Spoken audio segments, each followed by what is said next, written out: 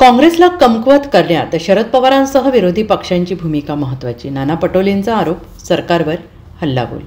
पार्थ पवारांच्या जमीन घोटाळ्याप्रकरणी नेमण्यात आलेली चौकशी समितीचा फार्स न करता मुख्यमंत्री फडणवीसांमध्ये हिंमत असेल तर त्यांनी तुकाराम मुंढे यांच्या नेतृत्वात चौकशी समिती गठीत करावी, अशी मागणी काँग्रेस नेते नाना पटोले यांनी केली आहे.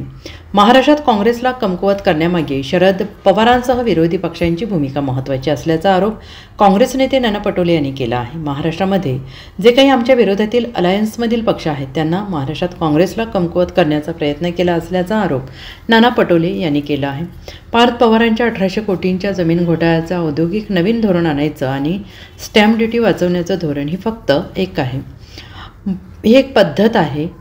आणि मुंबई आणि BKCमधील 500 एकरपेक्षा अधिक जमिनी, सेलिंगच्या बाजूची जमीन, रस्ते विकास महामंडळाची जमीन ती कशी आणि काय भावाने दिली गेली, असा सवाल पटोले यांनी केला आहे. महाराष्ट्र रोज लुटण्याचं काम सुरू आहे. सगळ्यांनी एकत्रित लढाई लढली पाहिजे.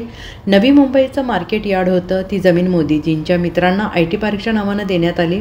असं असताना राज्याचे मुख्यमंत्री एकीकडे म्हणतात की ही गंभीर बाब आहे. महाराष्ट्रात अशा प्रकारच्या अनेक घटना घडत असतात.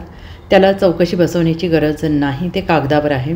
शासन तुम्ही चालवत आहात, सरकार तुम्ही चालवत आहात, अशा वेळेस चौकशी बसवायची गरज काय, असा सवाल पटोले यांनी केलेला आहे. विकास खरगेंच्या अध्यक्षतेखाली कमिटी नेमण्यात आलेली आहे. तुमच्यात खरोखरच हिंमत असेल आणि दूध का दूध पाणी का पाणी करायचं असेल तर तुकाराम मुंढेंच्या अध्यक्षतेखाली कमिटी बसवा, असंही पटोले यांनी म्हटलेलं आहे. या पद्धतीच्या चौकशीचा आणि कमिटीचा फार्स करून जनतेची जी दिशाभूल चाललेली आहे आणि महाराष्ट्र रोज लुटण्याचं जे काम चाललं आहे त्यावर मग शरद पवार साहेब असो की सगळ्यांनी एकत्रित लढाई लढली पाहिजे, असंही पटोले यांनी म्हटलेलं आहे.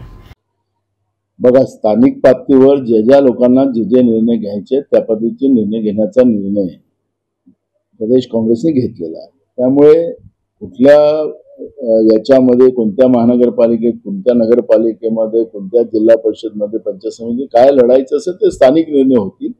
त्यामुळे काही ठिकाणी स्वबळावर होऊ शकतं, काही ठिकाणी अलायन्स होऊ शकतात, राहणारच आहे.